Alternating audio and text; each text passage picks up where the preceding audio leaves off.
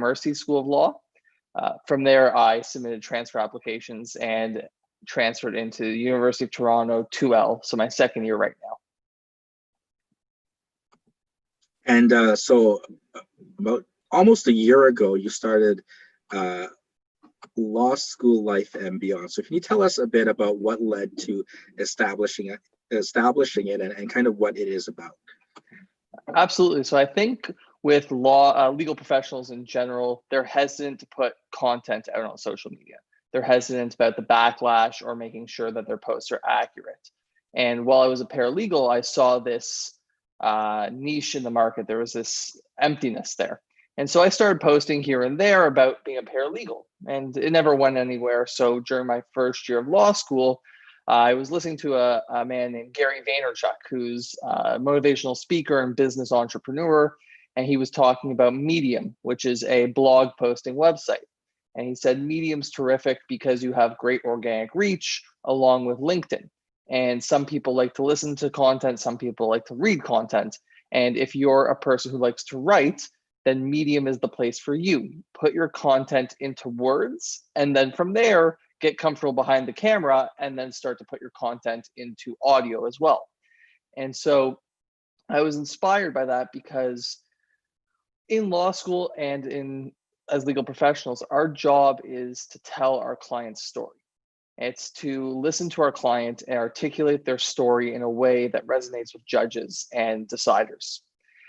Unless we're able to tell our own story, it's actually very hard to tell someone else's story. And so Law School Life and Beyond was founded on telling my story, and then it grew to telling my friend's story, and then it grew to them telling their own story. And I think it's important that people hear our stories so we can practice telling that. So when we get into the legal profession, we're better at articulating and storytelling. In essence, what we're going to be doing is becoming persuasive storytellers, and that's our goal. And through our content, we want to keep growing the brand and growing the stories and becoming stronger in that area in particular. So from the starting point there in January, what led sort of your growth to now? I think I was reading, you're number 11 into the law school, sort of the law blogs here in Canada there. So how did that kind of come about? Yeah, great question. So it was interesting. In January, I called up my buddy right away, and his name's Ryan. I called Ryan. And I said, Ryan, we need to co-found this blog. We need to start this. Just write. I will help. You will help me. We'll do it together. So we started writing, and we started putting out content, and we started putting out our social media platforms. And then on LinkedIn one day, a friend from actually a neighbor who I grew up with, she reached out to me. She goes, I saw this blog you're doing. It looks like a great idea. I would love to get involved somehow. Would you be interested? So we grew to 3 writers. And then from there, her friend was interested in also joining the blog, and so on and so forth. And it was like the ripple effect when you drop that teardrop into the water. From there, we just kept getting more and more people. And on social media, we were running some Instagram ads in which we got in contact with one of our CEO, which is Haley. Haley she oversees the organization. She saw one of our ads, reached out to me. She was like, I want to get involved. And so Haley's in BC. So we're in law schools in Ontario and in British Columbia. And now we're number 11 of the top 100 blogs in Canada. And so how many people do you have, I guess, writing right now from your humble beginnings as yourself? How many currently do you have writing for you? So currently we have 14. We're at 8 law schools in Ontario and 1 law school in BC. We're at TRU in BC. We have 11 writers in Ontario and 3 in British Columbia. Perfect. And so now that you've kind of seen such a growth in such a short period of time, what are you envisioning, I guess, in terms of Law School Life and Beyond? What are you hoping to accomplish with this platform you have? I know you have quite a significant following there, both on the blogs and on Instagram, and certainly on LinkedIn as well. But what are your goals right now with this idea that's come to life? Our goals right now are to continue to tell stories that resonate with potential law students. I remember when I was thinking about applying to law school, all I wanted to know was, what the average day in a law student's life looks like. And there was no content out there. And what I found was the content for US law schools is astronomical. There's so many blogs, there's so many people trying to do it, and the content is huge. But when you look in terms of Canadian law schools, it's very minimal what's out there. There is a forum online called lawstudents.ca, but it's not transparent. It's anonymous posters. And so one of our key facts here is that we are all transparent. Our pictures and our names are attached to every article we put out there. Our LinkedIn is attached to it. We want to engage with our audience. And so moving forward, what we've done now is we've realized that our content's only available through visual forms. It's very important to us, especially in terms of accessibility, that it's available to anyone who wants to either read it or listen to it. So we're actually audio recording every single article that we've released to date, and we're releasing them in podcast episodes, so about 5 to 7 minutes of someone reading it, so they can be consumed that way as well. And moving forward, we're trying to also engage a podcast episode of a question and answer period with law students, so people can get that full circle picture of what law school's actually like. Yeah, I think it's very fascinating because, again, I went to law school about almost 15 years ago now, and lawstudents.ca, and I think there was another website. I don't think it exists. I think it's LawBuzz or something. Those were the ways you can connect with anonymously, and people would be posting about OCIs and higher backs and admissions and all sorts of things like that. But I mean, I thought that was kind of limited because we have so many more questions, and it was hard to get a face, like you're saying, to who's giving us the answers, because what stops some random person from just posting stuff that may not necessarily be true, because they don't have to go back on what their words are. So I applaud you for that, and certainly with a wide reach you have now. What about I guess who's the audience that you're looking at? Are you looking at current students, prospective students, or is there anyone in particular that you think this is going to be helpful to? For sure. So when we first started the blog, it was aimed towards and continues to be aimed towards pre-law students. It's about exposing, and exposing doesn't have to be a negative word, exposing what law school's like, both the highs and the lows, and just being honest. It's one of the biggest investments that people who are going into law school at that particular age are going to make in their lifetime at that point in time. You're looking at somewhere between $90,000 to $120,000 for a law degree. So you want to make sure you're going in there with your eyes wide opened, as opposed to your eyes closed. I want to make sure that people who are going into law school are doing it because it's just not because they, you know what, I have nothing else to do. I want them to do it because they want to do it, and not that they're doing it for any other reason. I want them to have all the facts involved. And I think that when I went into law school, my friends went to law school, we did the research to get those facts, and now we're trying to help narrow it down. So that's really where we're going with it. All right, so let's take a step back, since maybe we can look at yourself here. I mean, I know, you did the paralegal studies there, and now you are in law school. And I know I have a lot of students who have similar ambitions. And so maybe you can kind of trace back your path through there into getting into law school, and now over to U of T here for your second year. And maybe you can share some kind of steps on the way that my students who are listening, who might be wanting to make that similar step, hear about it. Absolutely. So in my third year of my because it's a 4-year degree program there. So my third year, I started to look at the LSAT, what the LSAT consisted of. The LSAT's the entrance exam into law school. That's a requirement for every Ontario law school. It is being looked at in some other law schools as whether it's going to continue to be a requirement. For as of right now, it is a requirement. And due to COVID, they have changed the structure of the LSAT, but it's the mandatory test. And so in order to apply right out of law school, in third year, you would want to start to attempt to write the LSAT. I attempted self-study at first, which was not as successful for me as I had hoped. I ordered all the books for studying for the LSAT and tried to pace myself and tried to teach myself. But it really, in my opinion, really requires someone who's an expert in the LSAT to help you understand where you're going wrong. So I enrolled in Harvard Ready, which is a program in Toronto that teaches you about the LSAT and how to take the LSAT and strategies to be successful, and increased my score between my first and my second one by 5 points, or 20 percentile points, which is a big jump. From there, you have to write your personal statements. And in each law school, your personal statements are different. So the goal of the personal statement is to tell your story about what you hope to do with your law degree, why you want a law degree, and what the vision you're putting forward is in your story. And so this is where the blog really comes in handy, is you're really telling your story. You're trying to be as persuasive about how unique you are and why your life experiences will make you a strong advocate for others. And so my background in paralegal studies, I believe, gave me that ability to be diverse, to be inclusive, to see the struggles that low income face, and to see the people who need paralegals and why we need to bring down the cost. And when we talk about access to justice, we talk about bridging that gap between lawyers and paralegals that we see widening every day. And so I think that helped set me apart, was my unique perspective on already seeing a little bit of the law, of the legal profession from a different angle.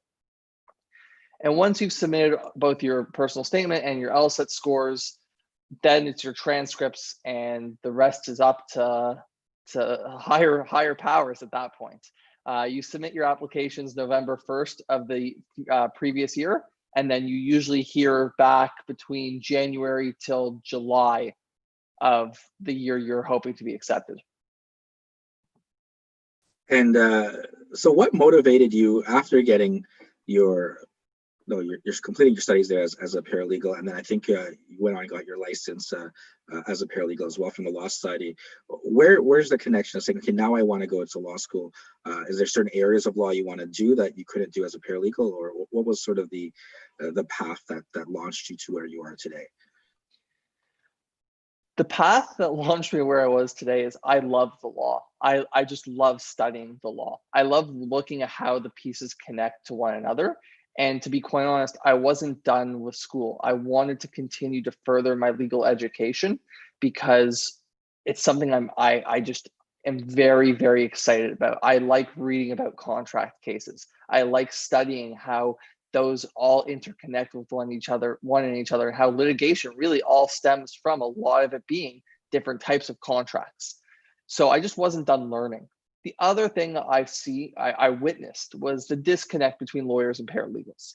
And I think that as we allow people who do have their paralegal certificate to move into law school and to further their legal education, the amount of respect I have for paralegals and understanding the education they have will allow me to utilize them in different ways that I believe that they're being utilized right now across Ontario. When we look at paralegals, we look at a lot of paralegals who are sole practitioners. They work for themselves and they offer services in all these different areas, which I think is a disservice. I think that if you really specialized in one area and you were really good at small claims court, or you were really good at landlord and tenant board, if you were really good at judgment debtor hearings, I think that would give them a leg up as a competitive advantage. And so I always envisioned at some point hiring different paralegals and operating it in terms of a law firm. You are the head paralegal of the civil litigation areas. You are the head paralegal of landlord and tenant board areas, and letting those people experience that expertise in that area. So I can say this to a client: this person is fantastic in landlord and tenant board, and provide that level of quality to them. And so that's another one of my goals, is to really try and bridge the gap between lawyers and paralegals. All right, so maybe to take a question that I think some of your writers have been posting about, give us a day in the life of a 1L student that from your first year. Absolutely. So for me, I was in the dual JD program in Windsor, Detroit. So I actually lived in Windsor, and on Tuesdays and Fridays would go over to Detroit School of Law to do my studies there and learn about US law. So a typical day would be probably waking up around 8:30, having some breakfast, and then usually classes started around 10. That's usually before COVID. That was when we would start class around 10.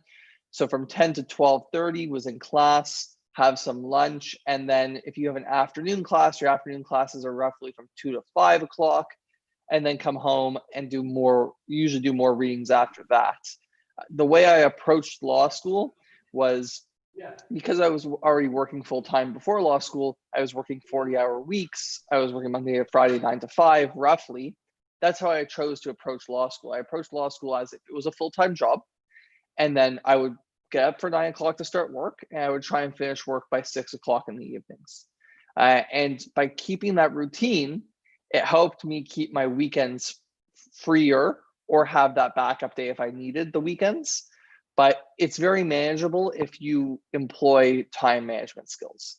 If you set yourself a routine, you're going to set yourself up for success. If you just try and make it up on the go, I think you're going to find yourself being very stressful. And something interesting, I think, not too common, is obviously transferring from 1L to 2L to a different school. What's that process like, and what made you decide you wanted to switch schools? Absolutely. So the process is very similar to being accepted the first time. You submit your grades. You already have your LSAT score at that point, and you submit your personal statements and a reference letter. They ask for a reference letter from a law prof. I was living in Windsor. My parents and my grandparents were living in Toronto, and my grandfather's health kind of started to decline a little bit. So I was coming home on the weekends to help him out. So it's about 4 hours home on Friday afternoons and 4 hours back on Monday mornings. When you talk about traveling time, that's 8 hours of time I can't even use to study because I'm driving in the car.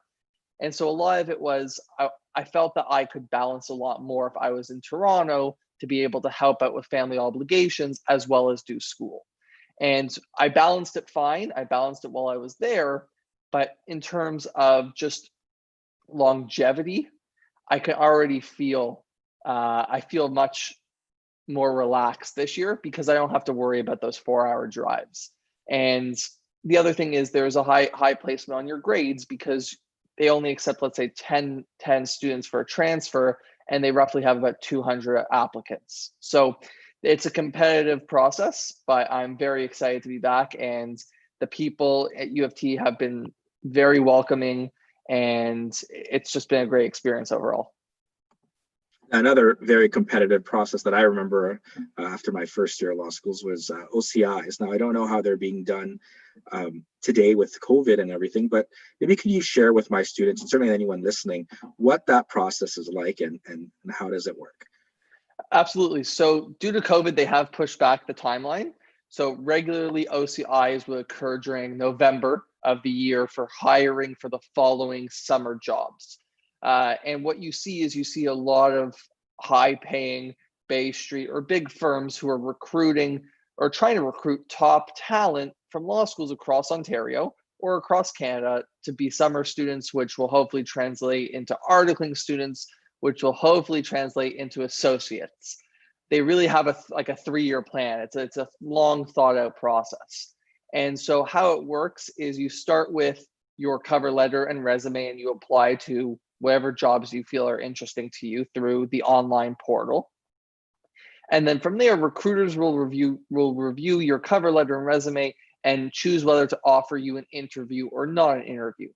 If you're offered an interview, it's similar to a speed dating style of interviewing process where you would go from whatever interview to your next interview to your next interview in 20-minute segments. So 17 minutes is an interview of them asking you questions, with the last 3 minutes reserved for you to ask questions or to take notes to move on to the next station, in essence. Then from there, if they like you again, they will call you back and invite you to an infirm day where you would go to the infirm downtown and you would go and meet with like 4 or 5 different lawyers. And they've expanded that from, let's say, 20 minutes to 2-hour interviews now. And so you then, instead, you would go from lawyer to lawyer to lawyer within their firm. And it's a highly competitive area, mainly because the jobs pay really well and the training that you get at these firms is next level. you get top tier training, you get great professional development, and you get great mentorship. And so I think a lot of students who haven't practiced law before really want that mentorship, and they provide excellent mentorship. Now, another thing in first year is obviously you're new to law school itself. Certainly, you would have either been in university or some other previous education. Should you get involved at the school, or should you be focusing on getting as many A's as possible to impress the law firms on the OCI process? It's an excellent question, and one that students for sure struggle with every single year. And you'll see in law school and any school, you'll see the wide range of people. You'll see people on one end of the spectrum who will only get A's, won't do an extracurricular, and don't leave their house. And then you'll see the other side, which won't do anything in school, but will do all extracurriculars and then be stressed. And with anything, extremes are not the best option. The best option is to figure out what works for you. And so in first year, right now I'm mentoring a first year student, and my advice to him was find one thing that you're excited about, that you want to do, because at the end of the day, if you want to do it, you're going to put that extra effort in to prioritize that. And if you actually get involved, people are going to know who you are because you're involved in it, as opposed to what they call like resume patterns, which is you just join all these clubs to tell people you're in these clubs. You're not actually passionate or excited about it, so you never go to any of the events. What's the point? Do things that bring you joy. This is your law school is your own pathway. It's what you make of it. It's not for anyone else. It's not anyone else's money. It's not anyone else's time. It's not their investment. It's for you. And so it's important, as hard as it is, it's hard to stay true to yourself. And that's why I always say, I have written on my board here, what's my story? And I have to remind myself daily, what's Joey Galinsky want to do? What's my goal here? And when I look at it, is it bringing me closer towards my goal or not closer towards my goal? Am I being true to myself or I'm not being true to myself? And I check in with myself all the time, because there's a lot of pressures in law school. You want to be involved, and you want to get good grades, and you want to have friends, and you want to do all these things, but not every day is that going to be possible. So really check in with yourself, think what interests you, and try and stick to those things that interest you because you want to, not because you think it looks good on a resume. Now, what about the sort of mental health aspect of it? I mean, I think over the last 10 years, certainly from when I was in law school, it's more top of mind right now about making sure. I mean, it's a highly stressful time, as well as the profession you're going to get into, and certainly people with addiction issues, certainly with anxiety and depression and test taking, and those grades are very critical, as you've pointed out, for OCIs, for a number of people in law school. Not everybody, right, needs to go through that OCI and corporate process there. But what are some strategies for dealing with that, and dealing with all of the things that are happening in your lives that students should be cognizant about? For sure. So now adding COVID to that, it just adds on to it, right? So I would say usually like my biggest suggestion is in first year, me and my friend Ryan actually, like I say to everyone, you will meet some of the best people that you've ever met in your life in law school. And so I met Ryan, and me and Ryan made it a priority every single day, 5 o'clock, go to the gym. Doesn't matter what we were doing, we would drop what we were doing, go to the gym, just to exhale all this energy that we have built up, because you're sitting at a desk all day. And me and him are very energetic people. So the gym was a huge outlet for us, especially for mental health. And talking about COVID times now, obviously in Toronto and York region, I believe even Peel gyms are closed down. So for me right now, it's really getting outside, going for that walk, try and leave my condo, because else I'm here all day long. And it's making sure I'm cooking healthy meals, but also listen, I'm going to order an Uber Eats sometimes too, and that's okay. So not being too hard on yourself, understanding that it's life. As long as you're trying to prioritize your health and you're prioritizing whatever, like some people do yoga. I'm not really a yoga person, but some people do like yoga. And so the other thing that U of T is really big on is we run each week what we call law chats or law talks, in which an upper year student who has training or experience in mental health opens up a classroom that's a safe environment for students to come talk about what they're going on. So this week, the theme that we ran was feeling unmotivated. And so students who were feeling unmotivated could come and talk about why they were feeling unmotivated and strategies to become motivated. Now, what about, you said certainly the initial focus of everything you're doing there is on pre-law students kind of getting a feel of what law school is like, but have you looked at now getting third-year students to provide a feel for second-year students and even lawyers and those in the profession about kind of the process of transitioning from law school to becoming part of the bar there? What are your thoughts on sort of expanding maybe what your focus is on law school life and beyond? It's definitely something we look at, and it's funny because our students right now, or our writers, are either 2Ls or 1Ls. And so I'll ask the 2L students all the time, what do you want to know now? And they'll say, oh, I want to know, for instance, I want to know what recruitment's like. And so I say, okay, do you have any friends in 3L? And they're like, yeah. I say, okay, ask them if they'll write about what recruitment's like. And so we're getting articles, let's say we call them guest or one-off pieces of people who are just submitting, so that way we have that and we're growing that type of brand. At some point, it would be nice to bring on a full-time 3L writer. It's just we have to look at the feasibility and like the timing they have within their lives.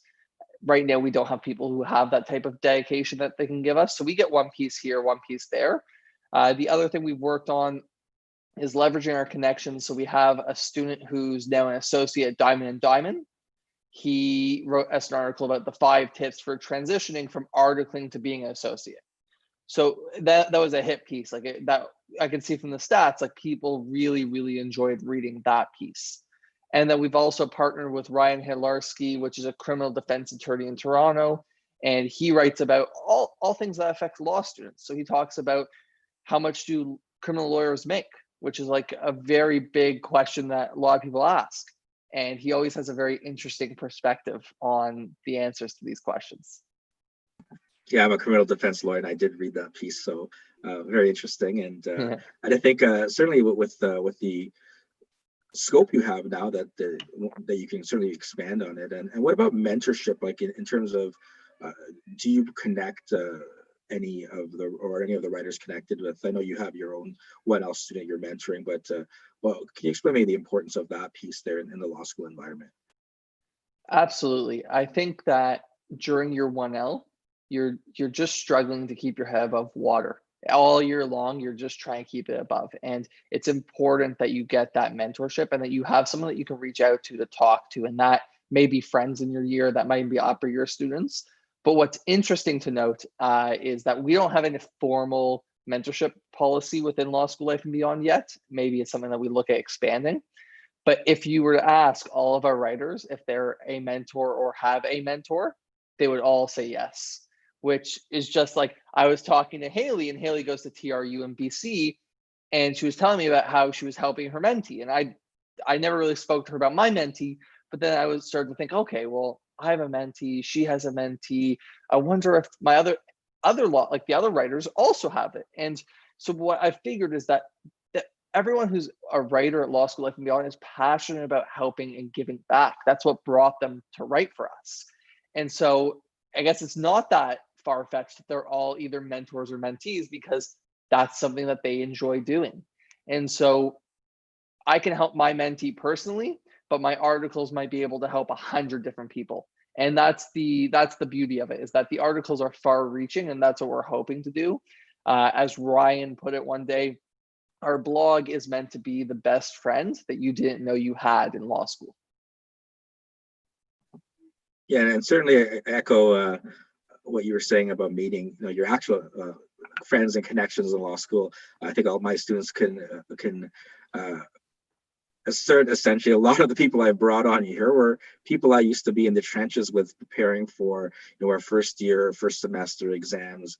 And I think it was like room 109 at Osgood, Club 109, and we would be there till the wee hours of the night studying. So what study tips maybe do you have that worked for you maybe in your first year that you can share with my paralegal students, and certainly for any law students about preparing for your first sort of set of exams? Absolutely. I think my paralegal education prepared me for law school exams, mainly because it's very structured on how you're supposed to answer a question. When you provide a solid roadmap of how you're going to answer the question, and you provide what the legal rule is and how the legal rule is decided and how you apply the facts to the legal rule, that's how you're successful. Law school exams, and I'm sure your exams too, no one wants the regurgitation of facts. You wrote the facts. The teacher wrote the facts. They know what the facts are. You're not going to get points for just rewriting that. What you get points for is your critical analysis. So understanding this is the legal rule. This is how the legal rule gets applied to these facts. Once you run the legal rule and the facts together, like through a waterfall, here's the conclusion. And it's about taking them step by step by step of how you were able to do that analysis in your head.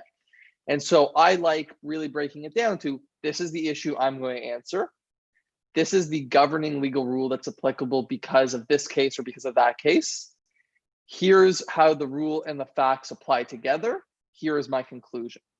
And so that's the structure of the exam I find really helps students do better in classes because they're able to also structure how they study and how their mind works. In terms of studying, one thing I always like to do is I would like to guess based off the material that we've learned, if this was a fair exam, what question would I ask? Based on the learning expectations, how would I ask the question to see if the students understand it? And sometimes if you actually do that, you guess part of the question, or when you go to the exam, you're like, oh, this is similar to what I thought of on my head already.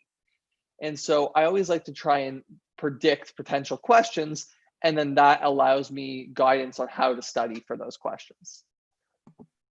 In addition to exams, another thing, actually, my students are getting into legal research and writing this week, some of them. So there's two big things that I remember from my legal research and writing course there at law school is case briefs, right? Writing up case briefs, and then legal memos. I think, I don't know if they still focus on the FILAC method there and the IRAC method, but maybe you could expand on some of those things since you're a current student about how to write case briefs and memos, or any tips you might have about that. Absolutely. So the most important thing with memos, case briefs, any type of legal writing you're going to do is giving a roadmap and stop sign or signage so people know where you're at. So you say, I'm first going to discuss 4 things, and you list those 4 things out. Then you say first, and you give your conclusion that you're going to try and prove, and then explain how you got to that conclusion. That way the reader's not lost. The reader knows exactly where you're going and how you're going to get there. And it's transferable to any type of moot or oral advocacy you're going to do as well. You don't want them to have to try and guess where you're going. You want to just tell them right at the beginning, this is my argument, this is my conclusion, and I'm going to show you how I got there. First, second, third, fourth. And when you give those signposts, it helps the reader, especially in the judge or anyone who's reading it, follow along with what you're trying to say. When you don't give those signposts, it's very convoluted, and readers will get lost in what point you're trying to make, and if it's the same point as before or if it's separate. So I think don't be afraid of spelling it out very clearly. Don't be afraid of using posts or signposts like first, second, third, fourth, and don't be afraid of using headings. Like subheadings are a great way to keep the reader engaged and know where you're at within the material. And right now, obviously, the big thing is COVID-19 going on. What is that impact on studying at law school right now? I mean, I remember we had a couple strikes here and there, and even then, there was a lot of maybe resistance to recording lectures, doing things online. I think maybe in the legal industry, there's always been that, even with trials and stuff like that, and Zoom now being used finally. But what is that like in terms of, I mean, we don't know how long this is going to last for, but how have you found studying online in COVID-19? And any advice for my students who are doing the same thing here at in their paralegal studies? Great question. So U of T gave students the options of studying online or in person. So until last week, we actually were, most of us, 80% were in person. Then we had to transition back to online because of the 28-day rule that Doug Ford implemented. My biggest thing is I know that U of T was very strategic in planning out their classes where we don't have Zoom classes that last more than 2 hours. There is such a thing called Zoom fatigue. It's studies have proven it, and I've felt it. Like you sit there and you're like, oh my god, this is hour 3, and you're totally lost because you just can't sit there and look at your computer for that long. So I think really working with your instructors and advocating with your faculty on trying to keep classes under 2 hours, and a lot, like I have classes that are 4 days in a row because we do an hour a day, and it's just you can feel the difference. You comprehend the material way better when it's in smaller chunks online.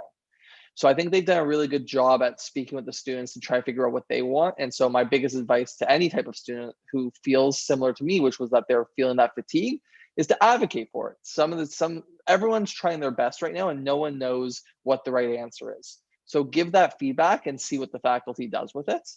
The other thing I like to do is I have a standing desk as well. And if you don't have a standing desk, you can put your stuff on top of a box. But I find that standing really helps me at least to reconcentrate and to refocus where I'm at. And I also like to pace. I'm a walker, so I'll listen to the class and I'll walk with my notes and take notes. And are you using like multiple sort of screens there? Is that to kind of take notes on a computer and maybe have the Zoom thing on your phone, or is that what strategies do you have with note taking? For sure. So at the very funny you brought that up, because at the very beginning I had Zoom and my notes on the same screen. And it was I was very hard for me to take notes. I wondered why. I said, when I'm in class, I'm watching the instructor, not on my screen, taking notes on my screen. And so then what I've done is I've changed my setup now to have my instructor on one screen and my notes on another to try and mimic that in-person experience again. That way I can focus on that while I write my notes. And I guess any other tips and tricks about I mean, I certainly, it's not been that very long for you, but maybe in your second semester of law school, were your exams kind of online in March, or how was that like? So our exams all transition to online. Now in law school, for the most part, all of your exams are open book. So in terms of trying to maintain some type of invigilation is not really vital at that point. And we're entering the legal profession where we should all be honorable and not cheat. So the only difference really was that I was writing my exam at home as opposed to in a classroom, because it was always open book. I always had my notes, and I was just more comfortable, and I could take bathroom breaks all by myself without someone watching me. And have you had any courses with 100% essays yet, or are you just the structure with mostly weighted towards the final exams?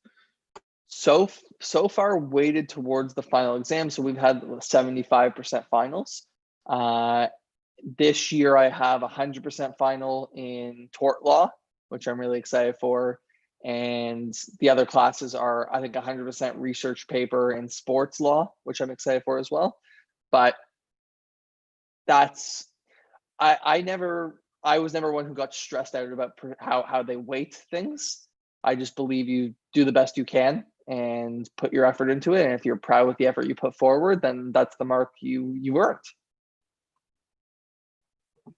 And how would you compare kind of your time now at U of T versus your time out in Windsor there? What are similar, or are there things different? Or, I mean, also keeping into account you're from first year to second year, but what have you noticed between the two places and the 2 years?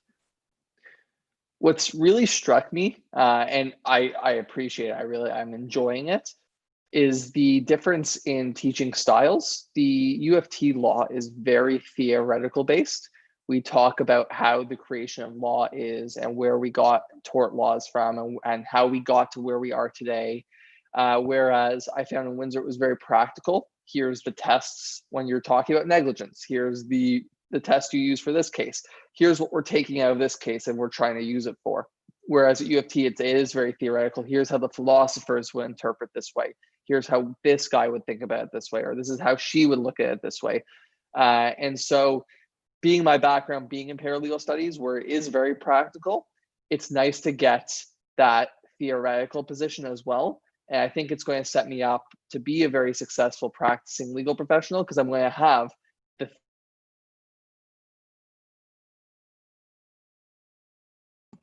So I think the last bit cut out there. Maybe it was on my end. I'm not sure, but uh, what you were saying about the practical stuff of from your paralegal experience. Maybe you could just elaborate just a little bit on that last couple sentences there.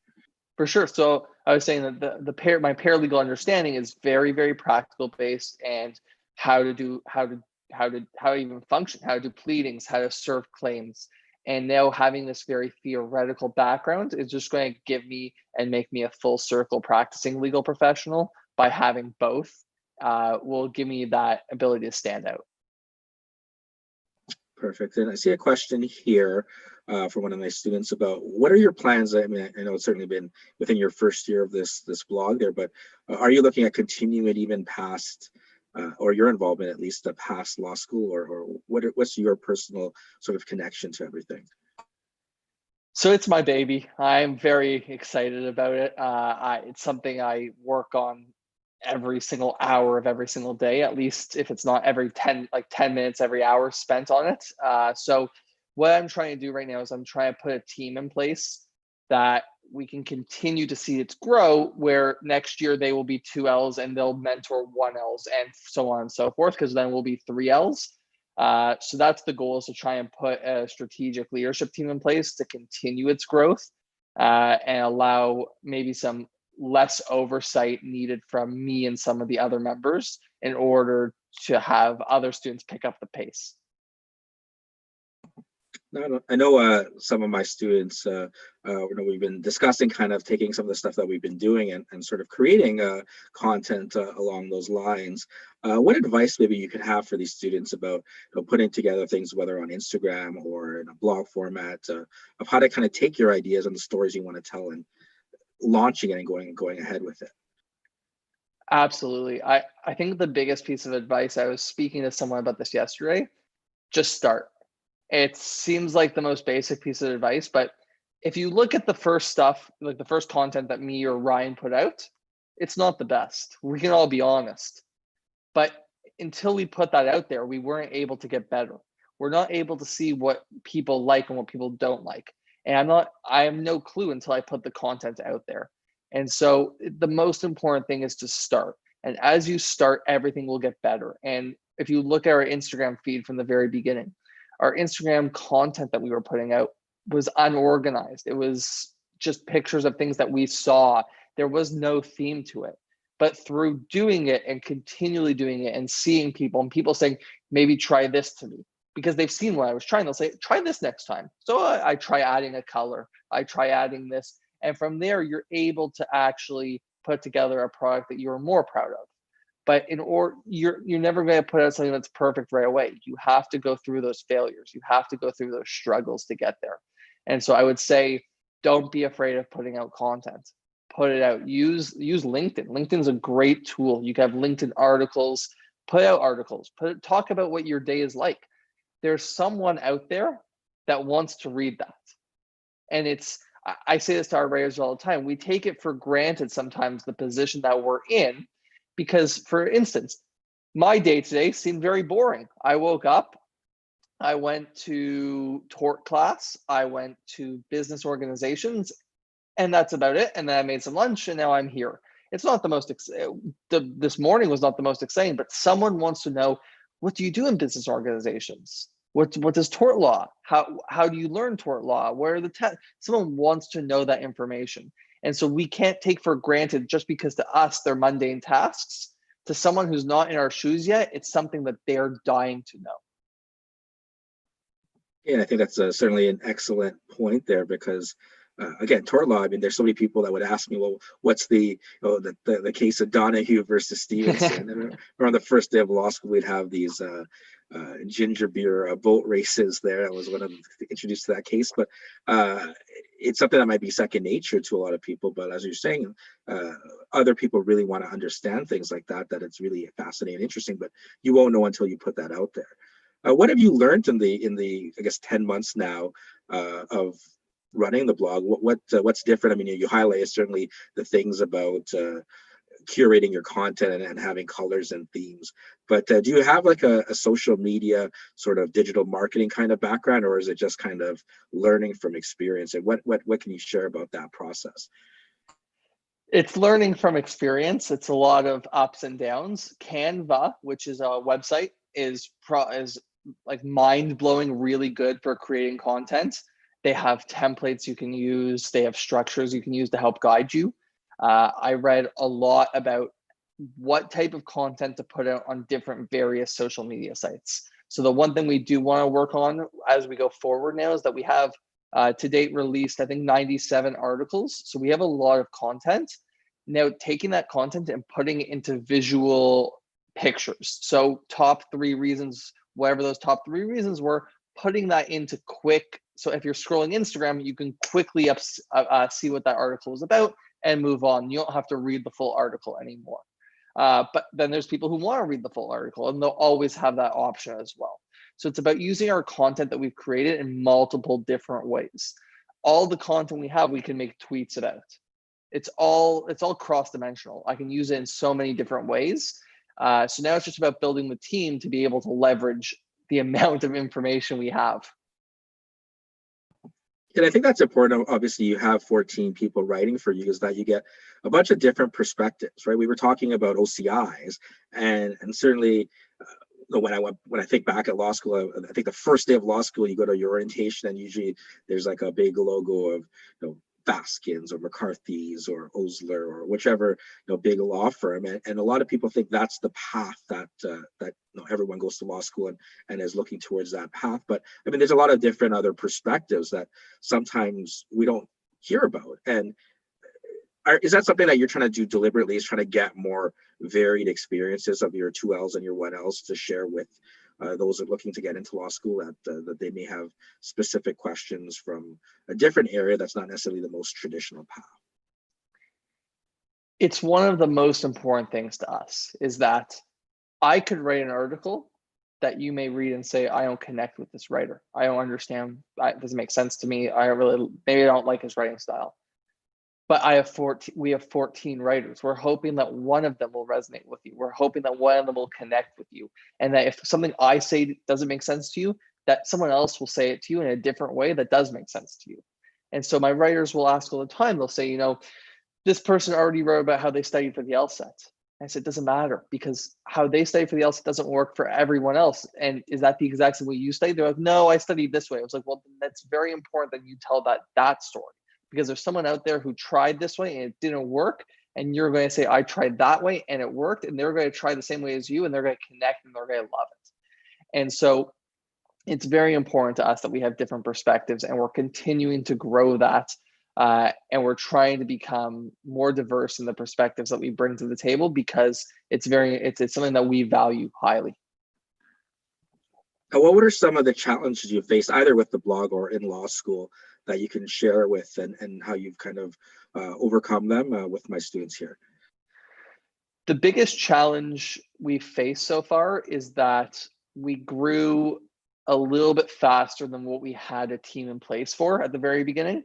So what we've done moving forward now is we've readjusted. We said, I was the one editing and releasing every single article. It's just not feasible, and doing the social media part, it just wasn't feasible anymore. So what we've done is we've spoken to our writers and said, who would like to become editors? And so what we've done now is we've created a 3-tier system where I will have the oversight of mainly the articles. You'll have Haley, who oversees the organization of all of our people and scheduling, because that's very important. And then what we'll have is the editors, who they'll submit the article to the editor. The editor will then make sure it looks really good. They'll do the graphics for it. They'll do the formatting. They'll make sure it's grammatically correct, and they'll be responsible for posting it. So it's really about learning to lean on other people around you and utilize the team that you have built. Because we had 14 people, we just weren't using them in the best way or the most efficient way that we could have. And moving forward, we are realizing that and putting those plans in place. Perfect. So thank you so much for joining us today. I think a lot of informative pieces here for my students about I mean, both the blog and sort of your own path in law school. And certainly, I know it's on the chats. The chat, a few of them are thinking about going to law school and kind of replicating sort of a similar path, maybe of doing the paralegal studies, becoming a licensed paralegal, and then going to a law school or law school of their choice. So perhaps maybe you can end with any final words of advice for students, in particular those students, but both in getting through the rest of their paralegal studies and looking if they're looking towards going to law school and beyond. Absolutely. First thing is connect with me on LinkedIn. I'm happy to chat any single time, but utilize LinkedIn to reach out to people. I think it's underutilized platform, and people are, I know people are nervous because I have one of my writers is nervous to talk to people. And I say, what's the worst that's going to happen? You reach out to someone and they say no. They say no. Like, well, think about that. You reach out to someone and say, can I talk to you? They say, or they don't answer you, or they say no. Like, it's mind-boggling. There's nothing bad's going to happen to you. Take those risks, because the only thing that's going to happen is you're going to win. You're going to become stronger, and your name's going to be put out there. And no one, for the most part, no one's going to say no to you. And so there's no downside to reaching out and connecting with other people and networking, because that's what our job is. We're here to tell stories. We're here to connect. We're here to learn about other people. And the more we get that ability to do that with a different range of people than we're used to, the better legal service providers we're going to be, because we're going to be able to connect to a much more diverse client base. So take those risks and connect. Perfect. Thank you so much for joining us. I wish you all the best. And certainly for anyone who wants to connect, I can pass along your LinkedIn information and everything. And I wish you all the best with your blog. I hope it continues to grow and provides a lot of guidance and certainly mentorship for all those reading. Thank you. Thanks for having me. Take care. Thanks, Joseph. Bye. No problem. Bye. Thanks, guys. Thank you. Thanks, Joey. Thanks, JP. Bye, everyone. Thanks, JP.